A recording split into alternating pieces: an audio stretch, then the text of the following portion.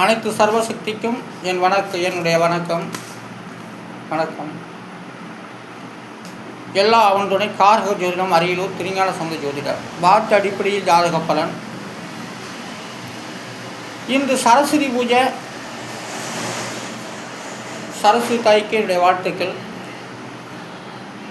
சர்வசக்திக்கும் என்னுடைய நன்றி வாழ்த்துக்கள். இன்று சரஸ்வதி பூஜைக்கு சரஸ்வதி தாய்க்கு வந்து நான் 5 எழுத்து. அந்த 5 எழுத்துக்கும் விதியின் 6. அந்த 5 எழுத்து கூட 5ஆம் இடத்தையே பார்க்கின்றது. சரஸ்வதி தாய் வந்து 5ஆம் இடத்துல இருக்காங்க. அந்த எழுத்து பிரகாரம் 5ஆம் இடத்துல இருக்காங்க. அந்த எண் எழுத்து பிரகாரம் விதியின் 6ஆம் இடத்துல இருக்காங்க. அந்த சரஸ்வதி தாயை 5ஐயும் பிடிச்சிருக்காங்க, 6ஐயும் பிடிச்சிருக்காங்க. 5 எழுத்துக்கு 5ஆம் இடம். அந்த எண்கிறது பிரகாரம் விதி எண்ணாக 6ஆம் இடத்துக்கும் வருகிறது. அப்போ 5ஐயும் சரஸ்வதி தாய்க்கு சொந்தமாக இருக்குது, 6ஆம் இடமும் சரஸ்வதி தாய்க்கு சொந்தமாக இருக்குது. ஆனால் சரஸ்வதி தாயோடைய சரஸ்வதி என்ற ஒரு வார்த்தைக்கு விதியின் 6.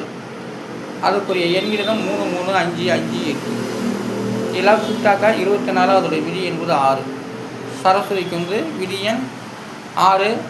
அந்த சரஸ்வதி என்ற ஒரு வார்த்தைக்கு 5 எழுத்து. 5ஆம் இடத்திலும் இருக்கின்றது, 6ஆம் இடத்தையும் இருக்கின்றது. அப்போ 6ஆம் இடம் தான் முக்கியம். 5ஆம் இடத்தையும் வச்சுக்கலாம். நம்ம முன்னோர்கள் வந்து 5ஆம் இடம் வித்தை புத்தி என்று சொன்ன காரணத்தினால 5ஆம் இடமும் வைத்துக்கொள்ளலாம்.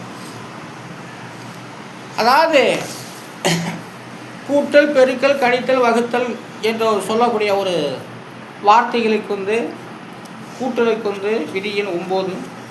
அதற்குரிய எண்கிடம் 3, 5, 7, 1, 1 இதெல்லாம் கூட்டாக 17. அதோடைய விதி என்பது 8. அப்போ பெருக்களுக்கு வந்து விதி எண் 8. ஓரிட்டு ஒழுக்கம் வராவில்லை, ஈரிட்டு கற்காத கல்வியை மூட்டு செய்யாத இப்படி சொல்லப்பட்டதில் அந்த பெருக்கல் அந்த ஒரு கணக்கு வரும். 8 8 சொல்லக்கூடிய கணக்கு 8ஆம் இடம் தான். அப்போ பெருக்களுக்கு வந்து விதி எண் 8. அடுத்ததாக வந்து கழித்தல். கழித்தலுக்கு வந்து 5 எழுத்து. அந்த 5 எழுத்துக்கு உண்டான எண்ணிடம் 3, 5, 7, 1, 1 இதெல்லாம் கூட்டாக்க 17. அதோடைய விதி என்பது 8.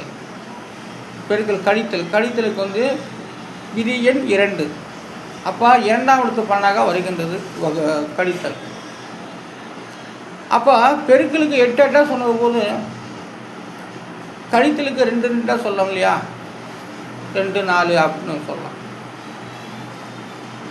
ஆனால் அடுத்ததாக வந்து வகுத்தலுக்கு வந்து 5 எழுத்து. அந்த 5 எழுத்துக்கு உண்டான எண்ணிடம் 5, 5, 4, 7, 1 இதெல்லாம் கூட்டாக 22. அதோடைய விதி என்பது 4. அப்போ வகுத்தலுடைய விதியின் 4 4 4 பெருக்கல் எப்படி 8 8 போகுதோ அதுபோல் இது வந்து வகுத்தல்ங்கிறது 4 4 போகுது. சரி, அடுத்ததாக குறியீடுக்கு வந்து 4 எழுத்து. அதற்குரிய விதி என்பது 3. குறியீட்டுக்கு வந்து விதி எண் 3. அதற்குரிய எண்ணிடம் 3, 9, 1, 7 இதெல்லாம் கூட்ட 21. அதோடைய விதி என்பது 3. அப்போ குறியீடு என்ற வார்த்தைக்கு விதி எண் 3. அடுத்தது சமகுறிக்கு வந்து 4 எழுத்து. அந்த 4 எழுத்துக்கு உண்டான எண்ணிடம் 3, 3, 1, 3, 9 இதெல்லாம் கூட்டாக 16. அதோடைய விதி என்பது 7. சமகுறியோட விதி எண் 7. 7ஆம் இடம் தான் சமகுறி. 1க்கும் 7க்கும் 7க்கும் 1க்கும் அதான் சமகுறி. சமசப்தப்பாறு என்று சொல்லப்படுவது போல் சமகுறின்றது சொல்லக்கூடிய வார்த்தைக்கு விதி எண் 7. சமகுறி என்ற ஒரு வார்த்தைக்கு விதி எண் 7. அடுத்ததாக வந்து நடுவர் மன்றத்துக்கு வந்து 8 எழுத்து. அதற்குரிய எண்களிடம் 8, 7, 5, 9, 1, 6, 8, 7 எல்லாம் கூட்டாக 51. அதனுடைய விதி என்பது 6. அப்போ நடுவர் மன்றத்துடைய விதியின் 6ஆம் இடத்தில் வருகிறது. இந்த 6ஆம் இடம் தான் தீர்ப்பு சொல்கிறது. நடுவர் மன்றம் இடத்துக்கு தகுந்தவாறு இருக்குங்க. அதனால் நடுவர் மன்றத்துடைய விதிங்கிறது 6. அந்த சீசனாக தான் நடுவர் மன்றம் வரும். அதனால் வந்து நடுவர் மன்றத்துடைய விதியின் 6. அடுத்ததாக வந்து குற்றவியலுக்கு வந்து 6 எழுத்து. அதனுடைய விதி என்பது 7. குற்றவியலோட எண்களிடம் 3, 5, 8, 6, 2, 1 இதெல்லாம் கூட்டாக 25. அதோடைய விதி என்பது 7. 7ஆம் இடம் வந்து தீர்ப்பு சமசப்த பார்வையாக சொல்லணும். அதான் கணக்கு, யாருக்கும் பாதிப்பு இல்லாமல். அதான் குற்றவியலுடைய விதியின் 7. அடுத்ததாக மேட்டூர் அணை. மேட்டூர் அணைக்கு 6 எழுத்துங்க. அந்த 6 எழுத்துக்குங்கிறது விதியின் 2ங்க. அதற்குரிய எண்களும் 2, 2, 5, 9, 1, 1 இதெல்லாம் கூட்டினாக்கா 20. அதோடைய விதி என்பது 2. அப்போ மேட்டூர் அணை. மேட்டூர் எல்லாம் நேரம் அந்த சீசன் நேரத்தில் தான் மேட்டூர் அணை பற்றி பேசுவாங்க. அதுக்கு 16 கண் மதகுன்னு பேர். மேட்டூர் அணைக்கு 16 கண் மதகு இருக்கின்றது. இங்கே 20 கண் மதகுகள் சொல்லப்படுகிறது. ஆனால் அது விதி என்கிறது 2. ஒகேனக்கலுக்கு விதியின் 5. அதற்குரிய எண்கிணிதம் 3, 2, 9, 7, 1, 1 எல்லாம் கூட்ட 23. அதோடைய விதி என்பது 7. ஒகேனக்கல் அதற்குரிய விதியின் 5. அதனால் தருமபுரி என்ற ஒரு வார்த்தைக்கெல்லாம் 5 எழுத்து. அந்த 5 எழுத்துக்கு உண்டான எண்கிணிதம் 7, 9, 1, 2, 4 எல்லாம் கூட்டாக 32. அதோடைய விதி என்பது 5. தருமபுரிக்கு விதியின் 5. அடுத்ததாக சேலத்துக்கு 3 எழுத்து. அந்த 3 எழுத்துக்கும் விதியின் 6. அதற்குரிய எண்கிணிதம் 6, 4, 7 எல்லாம் கூட்டாக 15. அதோடைய விதி என்பது 6. அப்போ சேலத்துக்கு விதியின் 6. அடுத்ததாக நாமக்கலுக்கு மொத்தம் 5 எழுத்து. அதற்குரிய விதியின் 7.